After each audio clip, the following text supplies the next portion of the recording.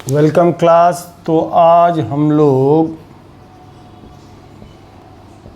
Inductance देखने वाले हैं, इलेक्ट्रोमैग्नेटिक इंडक्शन का चैप्टर 6 एनसीईआरटी में जो नेक्स्ट टॉपिक्स हम लोग को बनता है वो है inductance, mutual inductance, self inductance. अब ये सब चीज़ क्या है, इसको हम लोग ज़रा समझने की कोशिश करेंगे।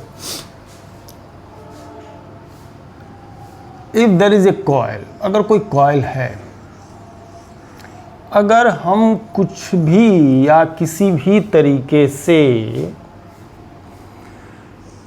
इसमें करंट अगर सेटअप करते हैं, करंट अगर सेटअप करते हैं इसके थ्रू, तो जब करंट हमारा नहीं रहा होगा, बात को ध्यान दीजिए, जब करंट नहीं रहा होगा तो कोई भी मैग्नेटिक फील्ड नहीं बन रहा होगा कॉइल के अंदर, और कोई भी मैग्नेटिक फील्ड नहीं रहा होगा तो इसका मतलब कोई भी क्या है, इंडक्टेंस, सॉरी, इसमें कोई भी मैग्नेटिक फील्ड नहीं रहा होगा तो कोई भी फ्लक्स लिंक्ड नहीं रहा होगा, कोई भी फ्लक्स लिंक्ड नहीं रहा होगा। ऐसे सिचुएशन में जैसे ही हम करंट देते हैं तो वैसे ही इसके अंदर क्या होगा, मैग्नेटिक फील्ड डेवलप करना स्टार्ट कर देगा। तो मैग्नेटिक फील्ड डेवलप करना स्टार्ट करेगा तो मैग्नेटिक फील्ड जैसे के डेवलपमेंट के साथ फ्लक्स लिंक होगा, और लिंक्ड फ्लक्स जैसे जैसे करंट हमारा इंक्रीज करना चालू करेगा वैसे वैसे लिंक फ्लक्स की वैल्यू भी इंक्रीज करना चालू कर देगा। कुल मिला जुला करके कहने वाली बात ये हो जाएगी कि जब लिंक्ड मैग्नेटिक फ्लक्स इंक्रीज होना स्टार्ट होगा तो इसमें इंडक्शन तो होगा, इलेक्ट्रोमैग्नेटिक इंडक्शन तो होगा, क्योंकि लिंक फ्लक्स की वैल्यू इंक्रीज कर रही है खुद के करंट के कारण। जो करंट इसमें सेटअप किया जा रहा है उसके खुद के कारण भी क्या हो रहा है, इसमें लिंक्ड फ्लक्स की वैल्यू में क्या आएगा, चेंज आएगा, तो ईएमएफ इंड्यूस्ड होगा, बट नेचुरल बात है। तो जो ईएमएफ इंड्यूस्ड होगा वो कहीं ना कहीं कुछ ना कुछ उसको इफेक्ट डालेगा। क्या डालेगा, ये सब चर्चा हम लोग डिटेल में करेंगे या फिर कर ही देते हैं। होगा क्या कि ये जो ईएमएफ इंड्यूस्ड होगा तो इंड्यूस्ड ईएमएफ अपने कॉज ऑफ जनरेशन को क्या करेगा, अपोज करेगा। मतलब कि इंक्रीजमेंट इन करंट को इंक्रीज किया जा रहा है तो करंट के इंक्रीजमेंट को अपोज करेगा। यानी कि जो भी ईएमएफ इस पर अप्लाई किया गया है उस ईएमएफ के अगेंस्ट, सेल आपने जोड़ा है, सेल के कारण इसके अंदर करंट जा रहा है, तो सेल के कारण इसके अंदर करंट सेटअप हो रहा है, तो सेल का अपना ईएमएफ है, तो इस ईएमएफ के अगेंस्ट में वो अपना ईएमएफ डेवलप कर लेगा। मतलब लेट सपोज कि अगर यदि स्टार्टिंग में ये प्लस एंड ये था और माइनस एंड ये था, तो जो इसके अंदर करंट सेटअप होने से जो ईएमएफ इंड्यूस्ड होगा वो इंड्यूस्ड ईएमएफ कहीं ना कहीं ये जो ईएमएफ है इसके अगेंस्ट में काम करेगा। ये करंट को इधर से इधर ले जाना चाहेगा सेल, लेकिन ये क्या करेगा, उसको अपोजिट डायरेक्शन में धकेलने की कोशिश करेगा या रोकने की कोशिश करेगा, इंक्रीजमेंट को अपोज करेगा। तो जो यहाँ ईएमएफ इंड्यूस्ड होगा कॉइल में करंट सेटअप होने के कारण, वो ईएमएफ अपने अप्लाइड ईएमएफ के अपोजिट काम कर रहा होगा। तो प्रॉपर्टी जो देखने को मिलती है वो क्या, कि जैसे आपने सेल से करंट को जोड़ा, करंट वर्सेस ईएमएफ है ना, करंट वर्सेस ईएमएफ का अगर यदि हम लोग ग्राफ प्लॉट करें यहाँ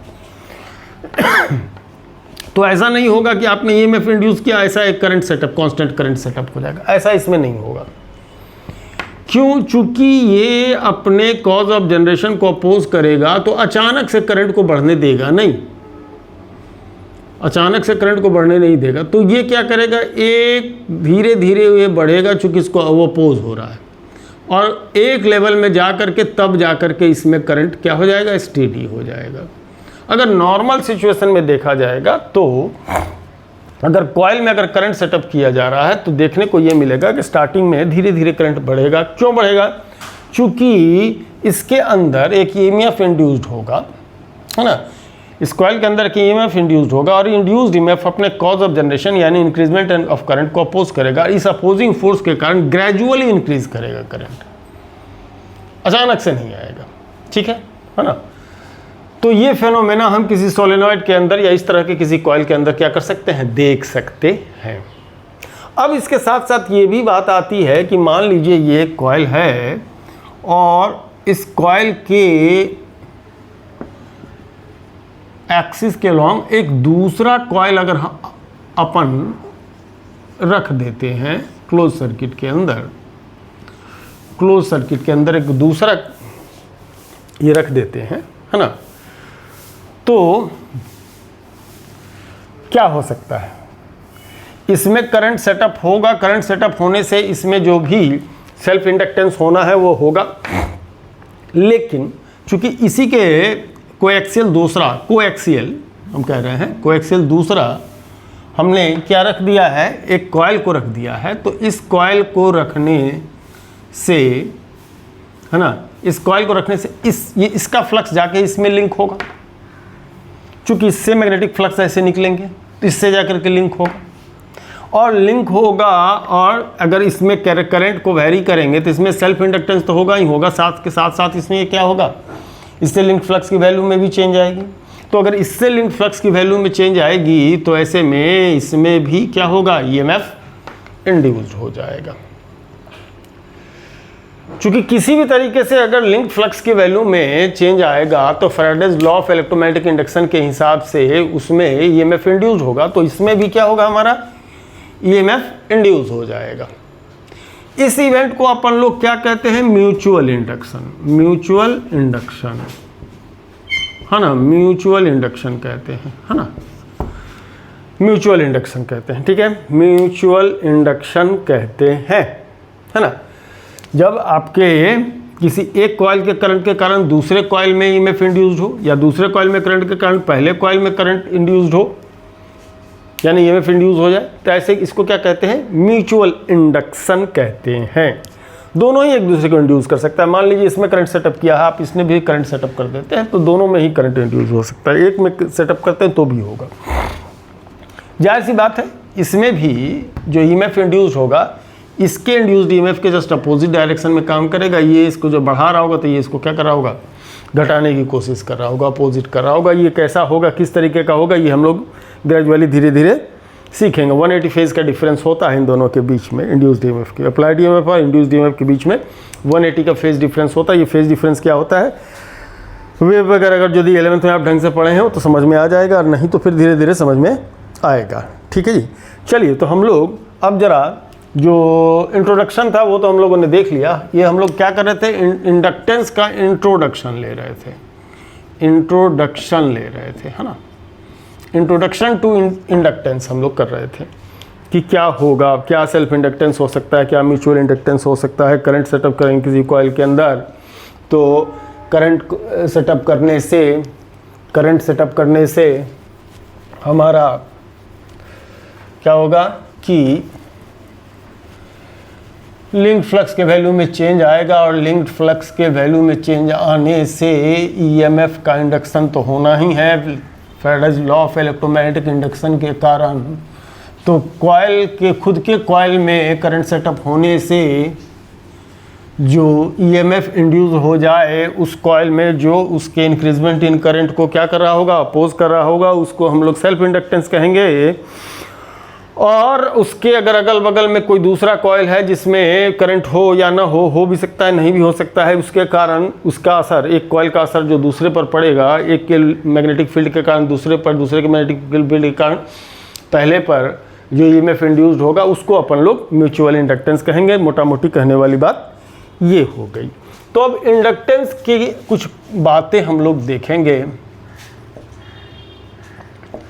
एक छोटी सी बात पहले हम लोग देख लें, कोई भी इंडक्टेंस होगा, सेल्फ इंडक्टेंस होगा या म्यूचुअल इंडक्टेंस होगा, इन दोनों ही सिचुएशन में एक बात क्लियर है कि if I be the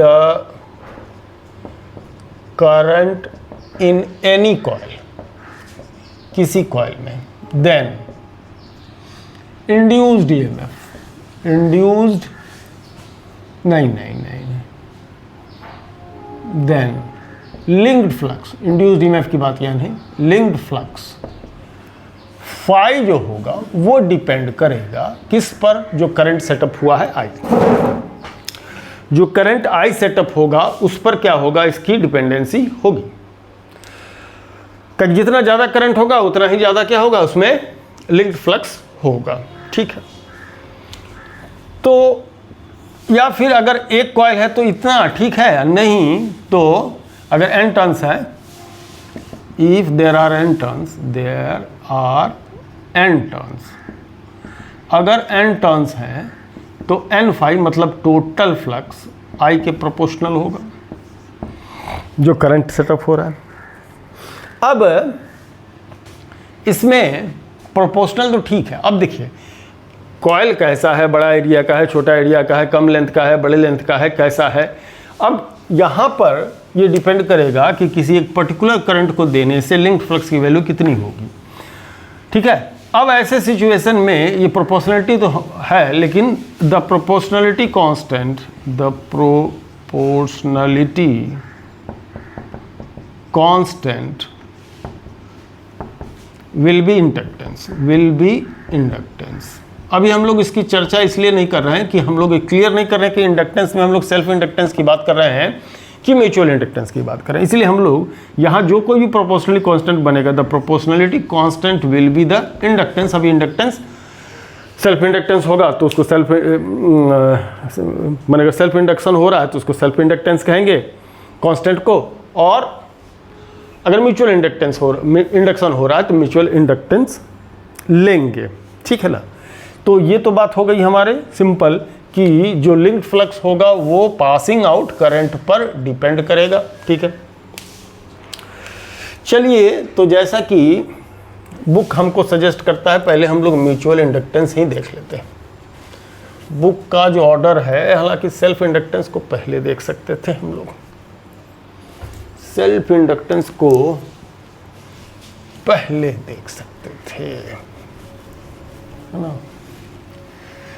self inductance को पहले देखा जा सकता है, देख ही लेते हैं। सेल्फ इंडक्शन पहले देख लेते हैं, ऑर्डर थोड़ा सीधा हो जाएगा।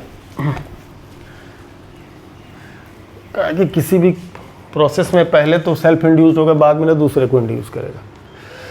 तो पहले चलिए हम लोग सेल्फ इंडक्शन ही देख लेते हैं। सेल्फ इंडक्शन डेफिनेशन या कुछ इंट्रोडक्शन में कुछ इस तरह से लिख सकते हैं, if there is a change in current passing through any coil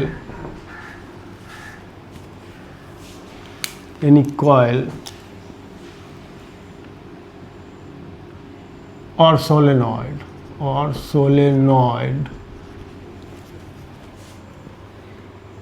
then due to change in flux linked to itself an EMF will be induced, which will oppose the change in current,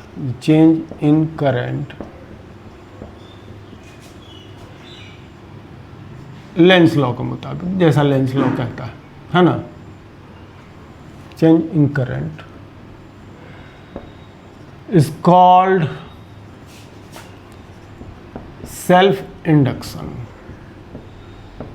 इसको हम self induction कह रहे हैं, ठीक है। चलिए, late N1 N be the number of turns and at any instant passing current is I. This implies कि N phi B is directly proportional to I. N phi B is directly proportional to I. तो this implies कि अब यहाँ पर हम लोग एक proportionality constant लेंगे, here L is called self inductance of the solenoid की ही बात लें, है ना, सोलेनॉइड, उसका क्या लेंगे हम लोग, सेल्फ इंडक्टेंस लेंगे, है ना। चूंकि ये प्रॉपर्टी जितना बड़ा जिसके ज़्यादा होगा लिंक्ड फ्लक्स की वैल्यू सेम करंट के लिए क्या होगा, उतना ही ज़्यादा होगा, है ना। इसकी डायरेक्ट प्रॉपर्टी हो गई, तो इसलिए जिस हर कॉइल के लिए अलग अलग होगा, डिपेंड करेगा उसके ज्योमेट्रिकल शेप एंड साइज पर, उसको हम लोग ज़्यादा देखेंगे अभी कि ज्योमेट्रिकल शेप एंड साइज पर डिपेंड करेगा कि नेचर ऑफ मटेरियल उसके अंदर क्या है, उससे बस नहीं, नेचर ऑफ मटेरियल से करंट डिसाइड होगा, सेल्फ इंडक्टेंस नहीं डिसाइड होगा। मैंने कॉपर का वायर है कि एल्युमिनियम का वायर का सोलेनॉइड बना हुआ, इस बात से करंट जरूर अफेक्ट हो सकता है, लेकिन सेल्फ इंडक्टेंस उससे अफेक्ट नहीं होने वाला है। ये बात हम लोग इसी वक्त समझ लें, ज़्यादा बेहतर है, ठीक है जी। चलिए, तो अब एक चीज़ आगे बढ़ाएं। सोलेनॉइड के केस में, फॉर सोलेनॉइड, अगर सोलेनॉइड है कोई भी linked flux n phi b कितना होगा, सबसे पहले n की वैल्यू n इंटू एल, ये n और l क्या है वो मैं बताता हूँ। phi b linked flux, magnetic field into area, magnetic field into area, यही होगा, है ना। n is what, number of turns, number of turns per unit length, per unit length, correct. L is length, अरे solenoid होगा तो कोई लंबाई तो होगी ना, है ना। और एक के लिए आज रेडियस लेंगे तो कर, चलिए मैं देख लेता हूँ, n phi b n l तो ठीक है। सोलेनॉइड के लिए इसकी वैल्यू कितनी होती है, mu naught N I, mu naught N I होता है magnetic field inside the solenoid. ए क्या हो सकता है, ये पाई आर स्क्वायर हो सकता है, क्योंकि सर्कुलर शेप में होता है सोलेनॉइड के लिए, पाई आर स्क्वायर हो सकता है। चलिए, तो आगे हम बढ़ाएं इसको, हैं, अब इसको इकट्ठा किया जाए तो n phi b, n square तो आएगा, म्यू नॉट आएगा, म्यू नॉट आएगा, n स्क्वायर आएगा, पाई आएगा, r स्क्वायर आएगा, l आएगा, i आएगा, ठीक है, सब कुछ हो गया मल्टीप्लाई, ठीक है। ये बन जाएगा लिंक्ड फ्लक्स, अगर हम लोग फ्लक्स का डेफिनेशन के हिसाब से देखें, और जो इंडक्टेंस का जो डेफिनेशन है उसके हिसाब से देखिए तो टोटल लिंक फ्लक्स हमारा एल आई होगा। तो इसका मतलब n phi can be replaced by L I, जहाँ एल उसका इंडक्टेंस है। तो ये mu naught N square pi R square L I, I से आई क्या हो गया, कैंसिल, आई से आई कैंसिल हो गया, तो आपका एल की value mu naught N square pi R square L, ये बनता है एक तरह से एक्सप्रेशन। अगर एक तरह से ये एक्सप्रेशन बनता है,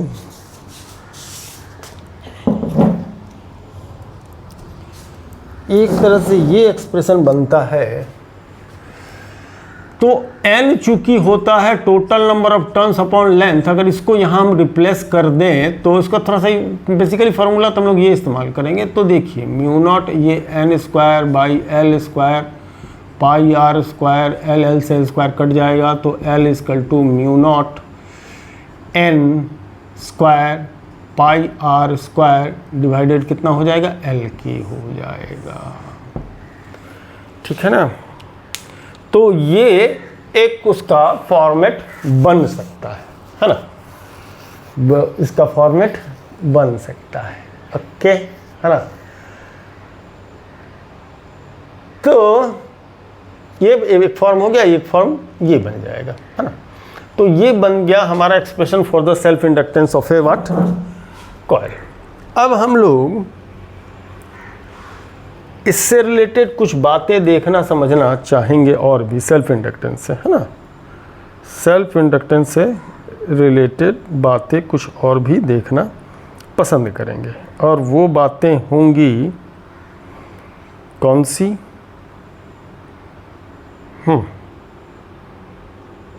वो बातें होंगी ही, जरा गौर करें। एक पॉइंट और भी इसमें हम लोग ऐड कर दें।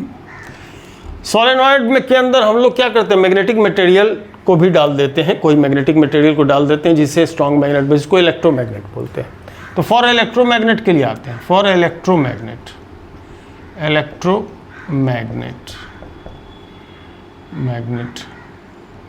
If mu r be the relative permeability of inserted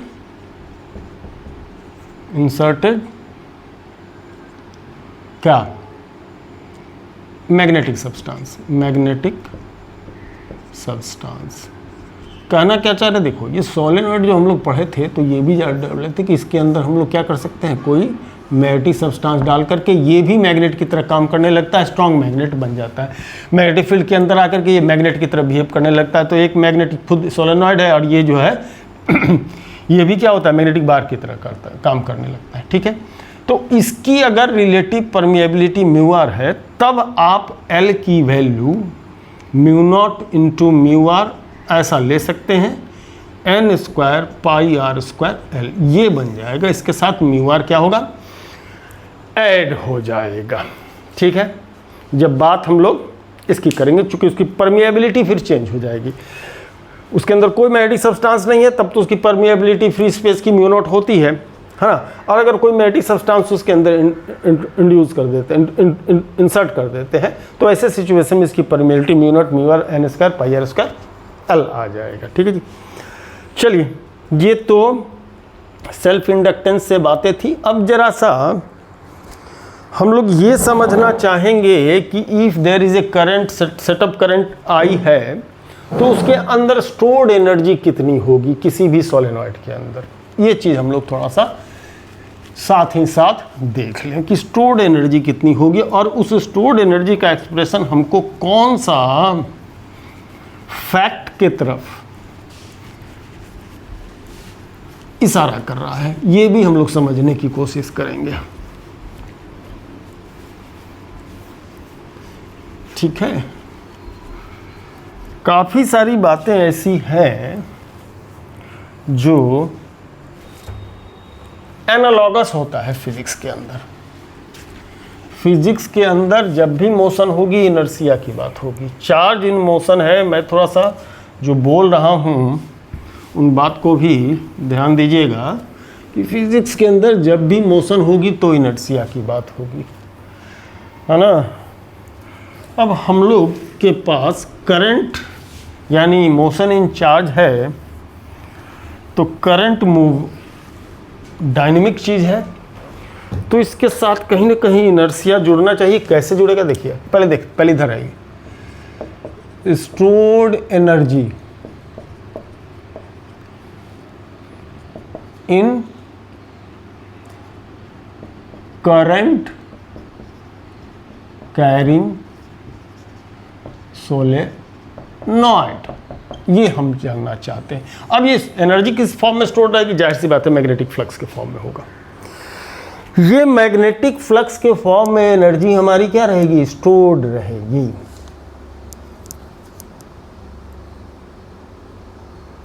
हाँ, तो if there is a current set up to any solenoid, then there will be stored potential energy in the form of magnetic potential energy, stored magnetic, there will be stored magnetic potential, यही ले लेते हैं, magnetic potential energy. Potential energy in the form of flux, magnetic flux. Magnetic flux, flux current है तो magnetic field बनेगा, magnetic field है तो magnetic flux होगा, वो मैग्नेटिक फ्लक्स के रूप में उसमें एनर्जी स्टोर होगी। तो ऐसे में वी नो दैट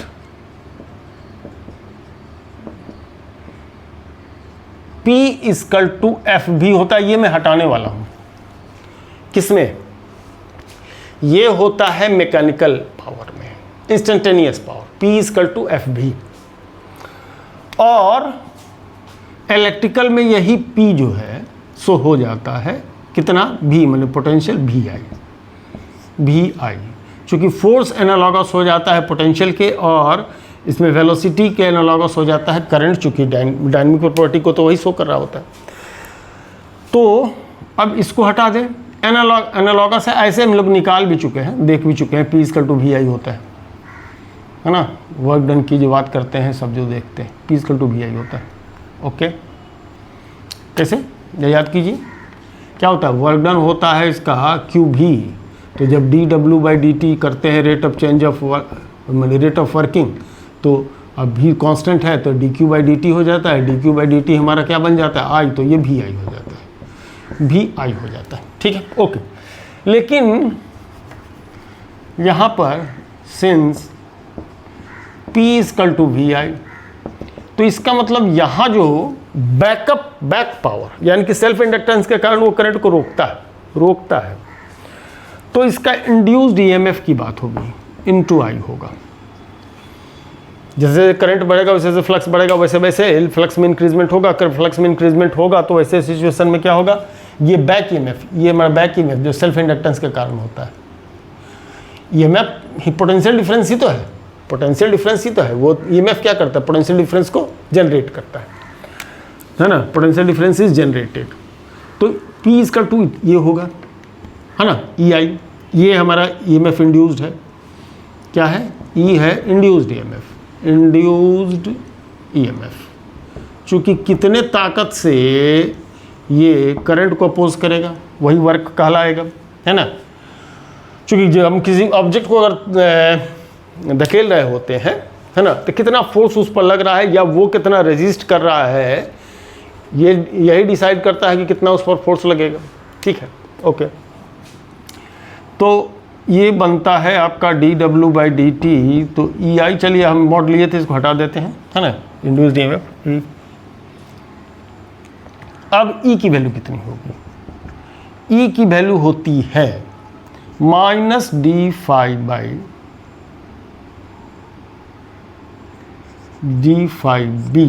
बाई कितना dt होगा, यही होगा। अब phi कितना होता है, Li होता है, phi कितना होता है, Li होता है, phi आपका।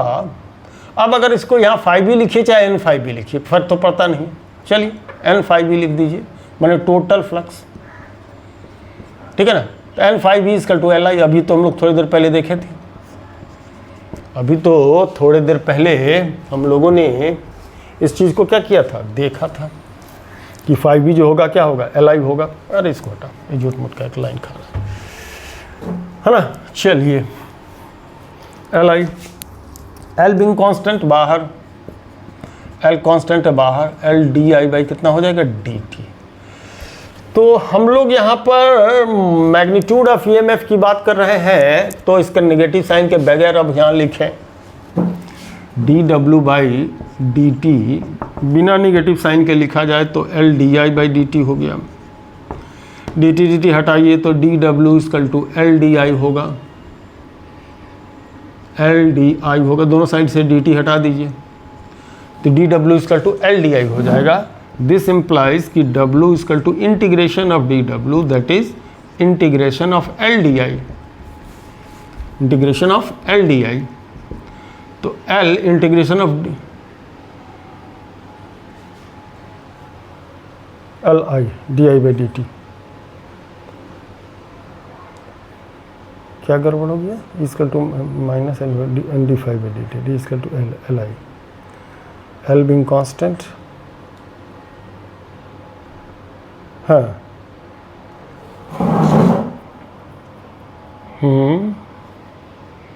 हेल्विंग कांस्टेंट, ठीक है, I D I L I and five equal to L I. ओहो, अरे ये आई कहाँ छूट गया, ये बेचारा आई कहाँ मिस कर गया, मैं भी तो छूट गया। ये एन फाइव के लिए एल आई, ये तो आया, ये आई जो था ये साथ में, ये जो बेचारा था साथ में, ये जो था साथ में वो छूट गया। तो एल को बाहर कर ले तो आई डी आई, आई डी आई, तो आई डी आई का इंटीग्रेशन, आई का इंटीग्रेशन बन जाएगा आई स्क्वायर बाई 2। तो जो वर्क डन हो गया वो हाफ एल आई स्क्वायर हो गया, हाफ एल आई स्क्वायर होगा। और यही work done, this work W is stored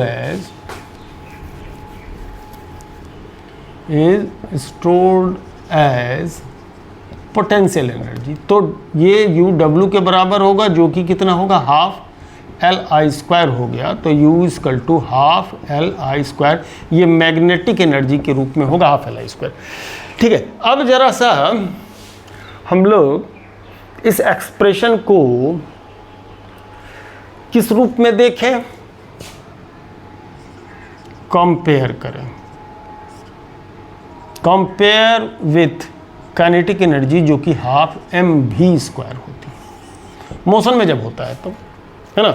ठीक है, वो काइनेटिक फॉर्म में होता है, ये पोटेंशियल फॉर्म में है, चलिए कोई बात नहीं है। लेकिन कंपेयर अगर करते हैं तो half M v square, M is what, M inertia of translatory motion, translatory motion होता है। तो उसको अगर कंपेयर किया जाए, भी कंपेयर करता है, आई से अभी थोड़ी देर पहले मैं बताया था। तो L is what, inertia of current, inertia of current. इसी बात को मैं शुरू में पॉइंट आउट करके बोल रहा था कि L क्या हो जाएगा, इनर्शिया ऑफ करंट हो जाएगा। तो L को हमेशा से हम लोग ट्रीट कर सकते हैं किस फॉर्म में, इनर्शिया ऑफ करंट के रूप में।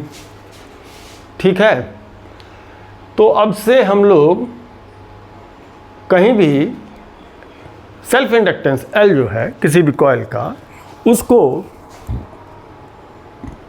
इनर्शिया के नज़रिए से देखेंगे कि वो रेजिस्टिव प्रॉपर्टी है, करंट को सेटअप करने को क्या करेगा, अपोज करेगा। ये सेल्फ इंडक्टेंस जिस तरह से किसी भी ऑब्जेक्ट का मास जो है उसके चेंज इन मोशन को अपोज करता है ना, यानी कि रेस्ट से मोशन, मोशन से रेस्ट में लाने में ये क्या करता है, अपोज करता है, रेजिस्ट करता है। वही सेल्फ इंडक्टेंस का काम है। देखिए, सेल्फ इंडक्टेंस का यही काम नहीं था कि वो करंट बढ़ रहा था तो बढ़ने को रोक रहा था। अगर अचानक से मान लीजिए किसी भी कॉइल में अगर ऐसा है कि करंट आपने सेटअप कर दिया है, इसके थ्रू करंट पास हो रहा है, और अचानक से आपने सप्लाई को क्या कर दिया, काट दिया। तो अचानक से आप सप्लाई को काट देंगे तो ऐसा नहीं होगा कि तुरंत करंट बैठ जाएगा। मतलब ये कि जैसा कि अभी हम I वर्सेस E की बात कर रहे थे, तो हम बोले थे कि ऐसा होगा करंट सेटअप, उसके बाद रेगुलर हो जाएगा। लेकिन जहाँ से भी आप EMF को हटाएंगे, जहाँ से भी EMF हटेगा, मान लीजिए इन केस, है ना, EMF हटाएंगे या आप स्टॉप कर देंगे, EMF कंटिन्यू करना बंद कर देंगे, तो ऐसा नहीं है कि ये करंट जो है ना, करंट जो है हमारा तुरंत जैसे कि यहाँ था ऐसे आएगा, नहीं, ऐसा प्रॉपर्टी नहीं शो करेगा। जब इसकी राइजिंग प्रॉपर्टी ग्रेजुअल है, तो कहीं से भी जब EMF को हटाएंगे तो इसकी क्या होगा, डिक्रीजिंग प्रॉपर्टी भी ग्रेजुअल ही होगा, मैंने gradual increment and gradual decreasement होगा। क्यों?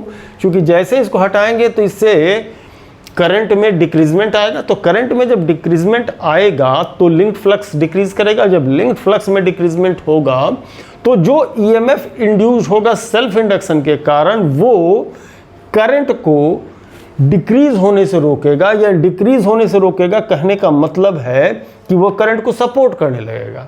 मतलब चाहेगा कि धक्का देके कुछ दूर तक और उसको लेके चले। तब ग्रेजुअली तुरंत करंट जीरो ना होकर के ग्रेजुअली धीरे होगा।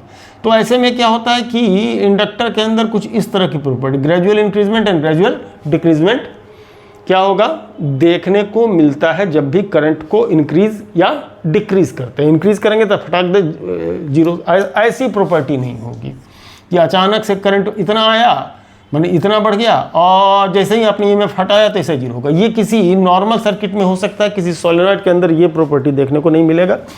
इस तरह की प्रॉपर्टी देखने को मिल सकती है, लेकिन ये प्रॉपर्टी देखने को नहीं मिलेगा। ये नॉर्मल कंडक्टर के अंदर ये बातें हो सकती हैं कि तुरंत में ये करंट सेटअप हो गया, तुरंत में करंट जीरो हो गया, लेकिन इंडक्टर के अंदर अगर आप रखेंगे तो ऐसा नहीं होगा। क्यों नहीं? इसमें इसको चेक करने का तरीका क्या है कि मान लीजिए यहाँ पर आप एक बल्ब को लगा दीजिए, है ना, यहाँ पर एक बल्ब को लगा दीजिए, ठीक है, करंट सेट, मान लीजिए करंट चल रहा है इसके अंदर, ठीक, करंट चल रहा है, ठीक। जैसे ही आप इसको हटाइएगा तो देखिएगा ये बल्ब कुछ देर तक ग्लो करके तब बंद होगा। बल्ब जो है सो ग्लो करके तब बंद होगा। क्यों? क्योंकि ये इस करंट को क्या करेगा, सपोर्ट करेगा। कौन? इंडक्टर। इंडक्टर करंट को सपोर्ट करेगा, मैं तुरंत में ये जीरो नहीं होगा बल्ब ग्लो होना, जैसे कि स्विच ऑफ किए बंद हो जाएगा, नहीं, ये इसको कुछ देर के लिए हाई वोल्ट थोड़ा तेज रोशनी से जलाएगा, जलाने के बाद तब क्या होगा, वो बंद होगा। अचानक से नहीं होगा, अचानक से बल्ब ये बंद नहीं होगा। इसको प्रैक्टिकली करके देखा जा सकता है। चलिए अब नेक्स्ट टॉपिक्स लेते हैं हम लोग। तो अब हम लोग देखने जा रहे हैं म्यूचुअल इंडक्टेंस, है ना। इसमें आप देख रहे होंगे थोड़ा सा फिगर को, अगर यदि स्पष्ट ना हो रहा हो तो फिगर आप जो है सो बुक से रिलेट कर सकते हैं, है ना। इसमें हम लोगों ने क्या किया है कि दो सोलेनॉइड हमने लिया है, दो सोलेनॉइड, एक S1 है जो अंदर की तरफ है छोटा वाला, और एक S2 है जो बाहर की तरफ है, ठीक है। S1 S2 और 2 कोएक्सियल सोलेनॉइड से ले लिया गया है, ओके। अब हम लोग क्या करना चाह रहे हैं कि सबसे पहले S2 में करंट को सेटअप करते हैं। Current is setup in S2 as I2 हमने सेटअप कर दिया, ठीक है, I2 हमने सेटअप कर दिया। तो ऐसे सिचुएशन में linked flux to S1 that is N1∅1, है ना, N1∅1 वो प्रोपोर्शनल हो जाएगा I2 के, और N1∅1 इक्वल्स टू M21, दो 1 पर 2 के कारण, सॉरी, तो M12 लिख लीजिए, I2 ऐसा हम लोग लिख सकते हैं, ठीक है जी। चलिए, तो this is the linked flux to 1, माने अंदर वाले कॉइल, बाहर वाले में करंट दे रहे हैं, अंदर वाले से लिंक्ड फ्लक्स ये हो जाएगा। जहाँ M12 क्या ले रहे हैं, M12 is mutual inductance of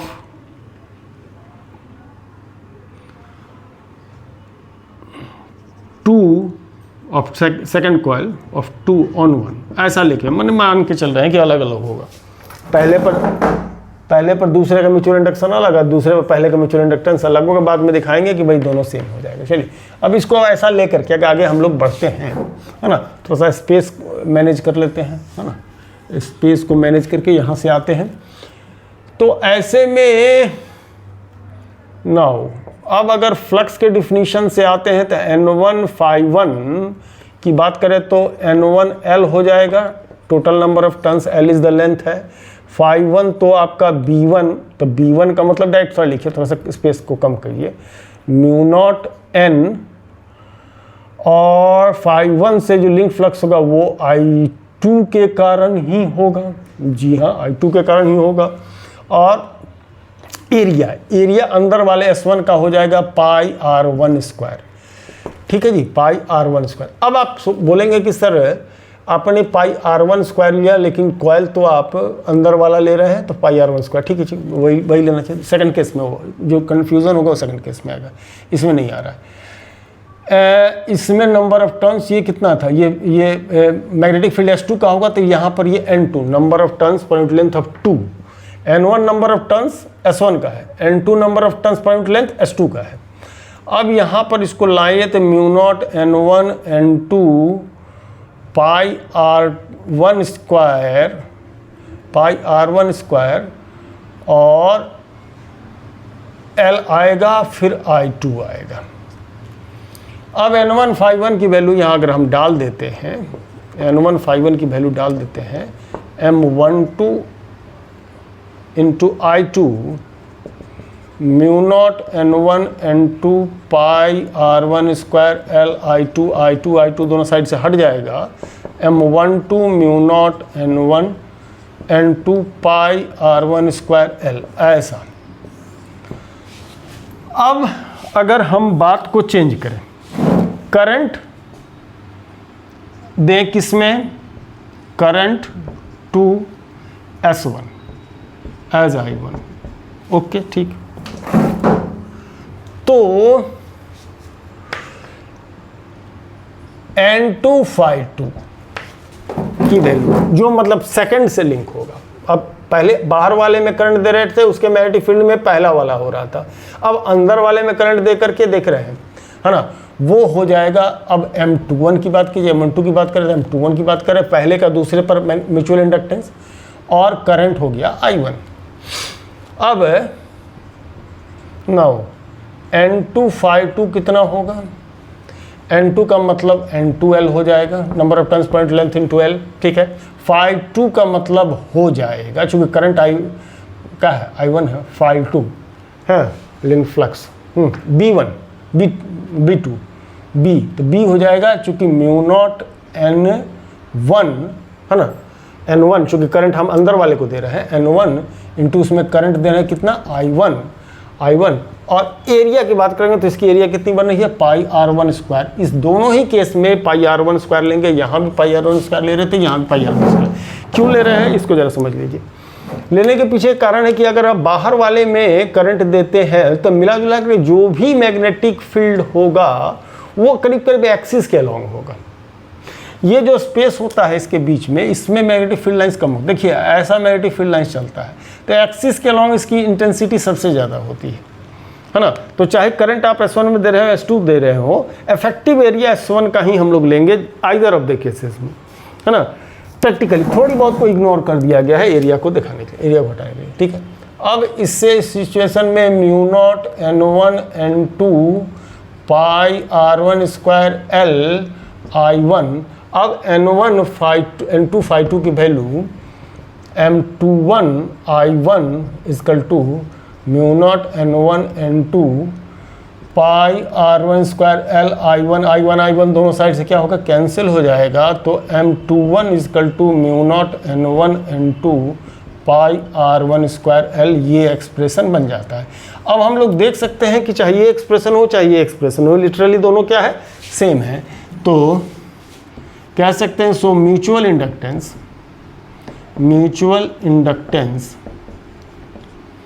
M जो होगा वो mu naught N1 N2 pi R1 square L ही होगा, ठीक है ना। ये ऐसा होगा, दोनों का म्यूचुअल, पहले का दूसरे पर जितना म्यूचुअल इंडक्टेंस होगा उतना ही दूसरे का पहले पर भी म्यूचुअल इंडक्टेंस होगा। फार्मूला भर से बहुत से बाकी से एक्सप्रेशन है, इसके डेरिवेशन से पर आप मत जाइएगा, है ना, इसके डेरिवेशन पर नहीं जाइएगा। अब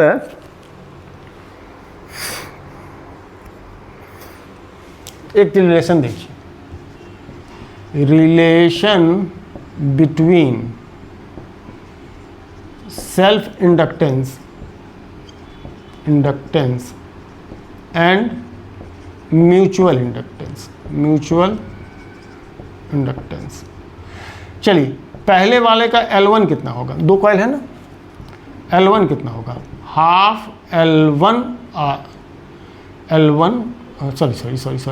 sorry mu naught N1 square pi R, इसको R ही रख लो। तो अब इसको R1 स्क्वायर R2 स्क्वायर से हटाओ, R1 स्क्वायर R2 स्क्वायर से हटाइए, इनको हटाइए, इनको R का स्क्वायर लीजिए, R के स्क्वायर से ही चलिए, है ना। म्यू नॉट N1 पाई R स्क्वायर, L, ठीक है।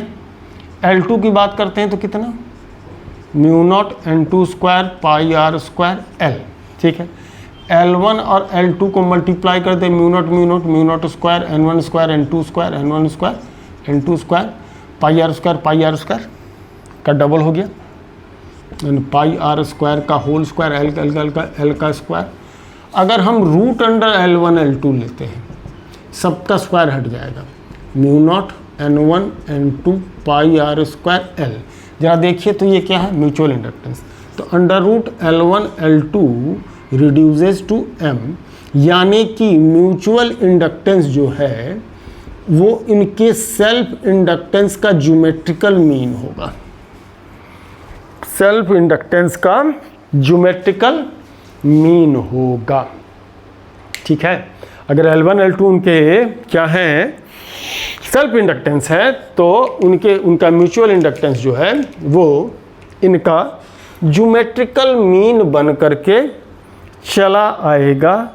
ऐसा इस एक्सप्रेशन से क्लियरली हमको दिखता है, ठीक है जी, है ना।